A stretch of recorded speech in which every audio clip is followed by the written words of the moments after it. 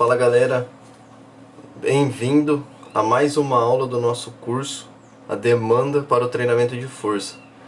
Princípios energéticos que vão favorecer o treinamento de musculação, treinamento de alta intensidade. Essa é a nossa terceira aula desse curso 100% grátis. E aqui nessa aula eu vou vir falar sobre a luz das considerações, a avaliação das cargas de trabalho. E para explicar um pouco sobre a luz das considerações, eu gostaria de contar uma história para vocês. Eu escolhi como capa desse módulo, dessa nossa aula, Sérgio Oliva. Muitas pessoas aí que gostam do treinamento de musculação e seguem os grandes nomes aí da musculação, pode ser que tenha se deparado com algum profissional falando da seguinte forma, que nunca viu um atleta, nunca viu um bodybuilding, nunca viu um profissional, né, do fisiculturismo treinar corpo inteiro, uma forma full body e ser campeão, né? Beleza, pode ser que é muito difícil de encontrar realmente, né? É muito difícil encontrar um campeão que tenha treinado em full body, porque tem mais relatos que o treinamento dividido, né, aquele que é dividido, causa maior impacto, tem maior lesões das fibras musculares diretamente no local, mas esse não é o assunto da aula. O que eu venho trazer aqui é que treinando de uma forma eficiente realmente funciona. E Sérgio Oliva, na competição de 1972, ele foi orientado e treinado por Arthur Jones. Então ele fez um treinamento de preparação para a competição em estilo full body, porque o Arthur Jones treinava em estilo full body. Então tem Sérgio Oliva que acabou fazendo full body, nós temos Casey Viator que também fez em alguns determinados momentos o treinamento de corpo inteiro.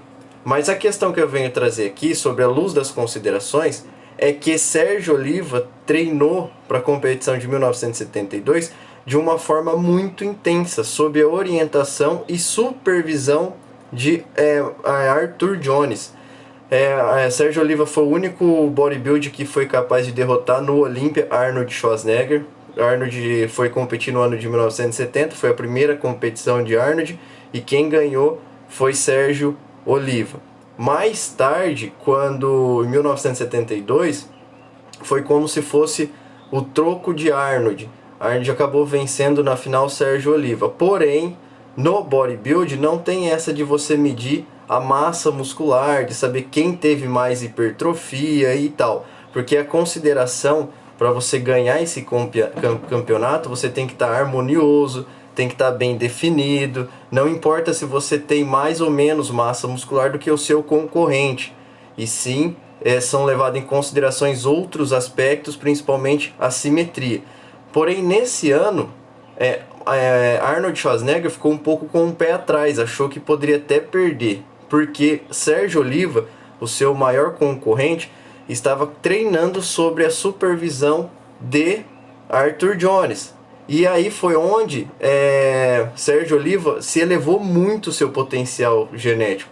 Ele chegou a ficar com os braços, o bíceps, né, maior do que mesmo a sua própria cabeça, onde ele ganhou muito volume muscular, porque ele estava treinando de uma forma correta, treinando de uma forma realmente em alta intensidade, onde ele usava toda a capacidade das suas unidades motoras e tentava recrutar o máximo das fibras musculares por causa do princípio de treinamento que era de alta intensidade. Então, quando o Sérgio Oliva fez isso, treinou de forma realmente intensa, ele realmente aumentou muito o seu volume muscular. Estava com uma massa muscular extremamente grande. Se você for olhar nas redes sociais, no YouTube, tem vídeos daquela época, você vai perceber que ele estava realmente monstruoso, ele estava realmente com grande volume muscular, devido ao treinamento que ele fez com o Arthur Jones. Porém, isso não foi suficiente para ganhar a competição, mas realmente foi suficiente para fazer ele chegar a um patamar muito alto, com condicionamento de volume muscular muito bom, treinando aí de forma realmente intensa no full body, orientado por Arthur Jones. Então, começando a nossa aula, vocês viram nas aulas anteriores sobre as fibras musculares e eu acabei falando das fibras musculares intermediárias. E aqui nós vamos dar continuidade na avaliação das cargas de trabalho. Cargas erradas, tanto no volume, que é o número de repetições, séries, exercícios e tempo de treino, quanto na intensidade de sobrecarga, que é a carga que você vai colocar no exercício, podem provocar adaptações não desejáveis ou prejudiciais ao objetivo. Isso foi publicado por Bosco em 2002 no seu livro dos aspectos fisiológicos do treinamento de força. As cargas pesadas provocam adaptações tanto nas fibras musculares rápidas como nas lentas. É aquilo que eu falei nas aulas anteriores.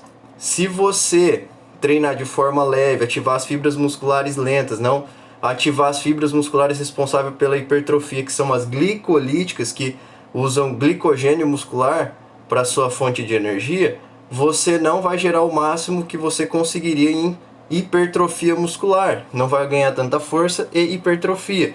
Então, quando você erra no seu planejamento de treino, colocando muito volume ou não colocando uma intensidade de sobrecarga ideal para recrutar as unidades motoras que são responsáveis por recrutar as fibras musculares de contração rápida, você pode não atingir o seu objetivo de ganhar hipertrofia muscular.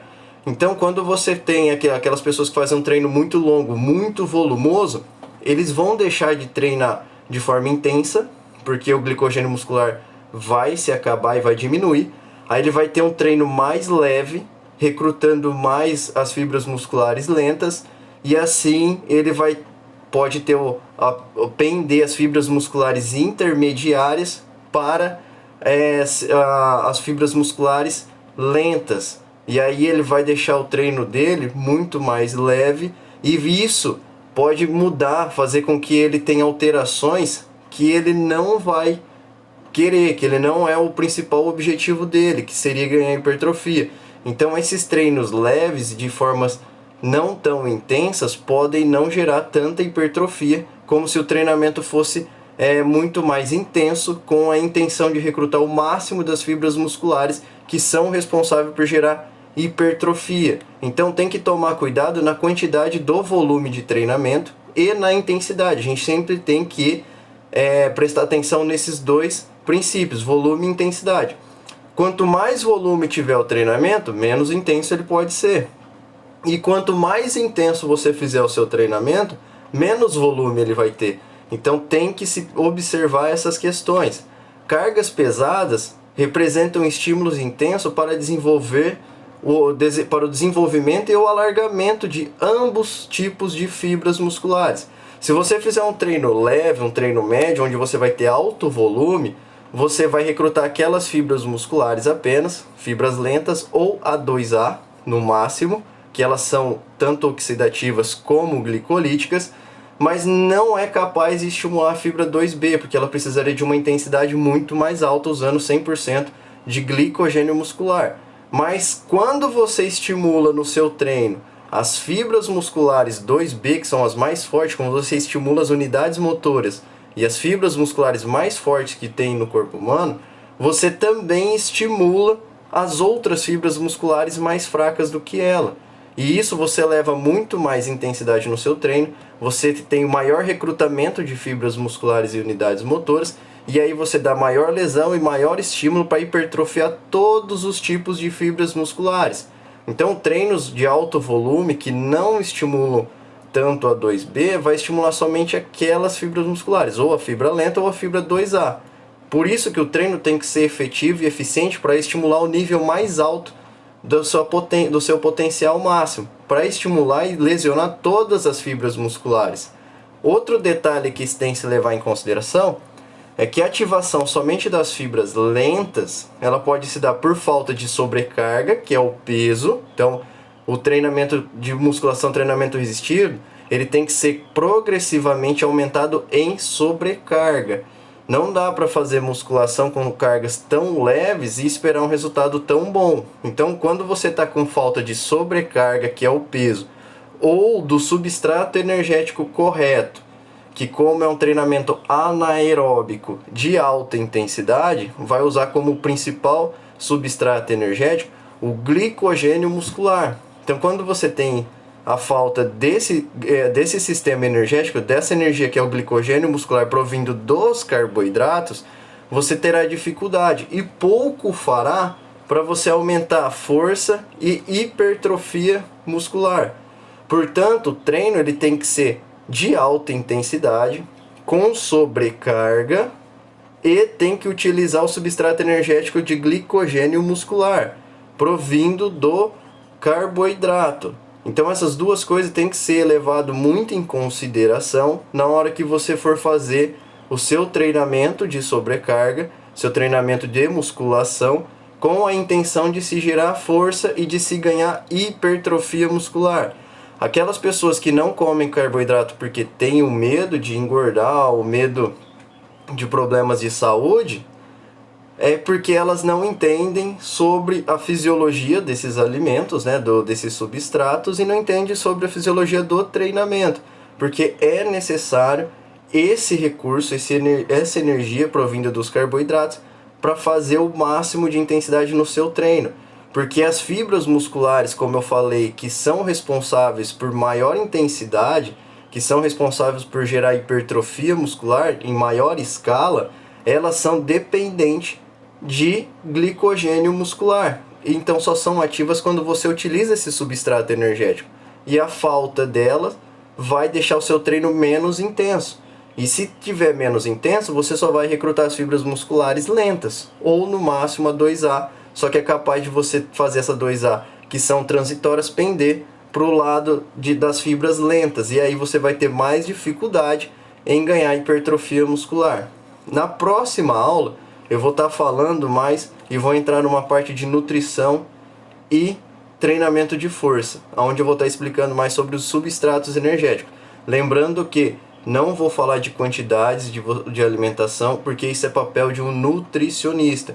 Eu só vou explicar mais ou menos a forma de como cada nutriente auxilia no treinamento de força, com a intenção de treinar mais forte, mais pesado e se conseguir hipertrofia muscular. Eu espero você na próxima aula e até mais.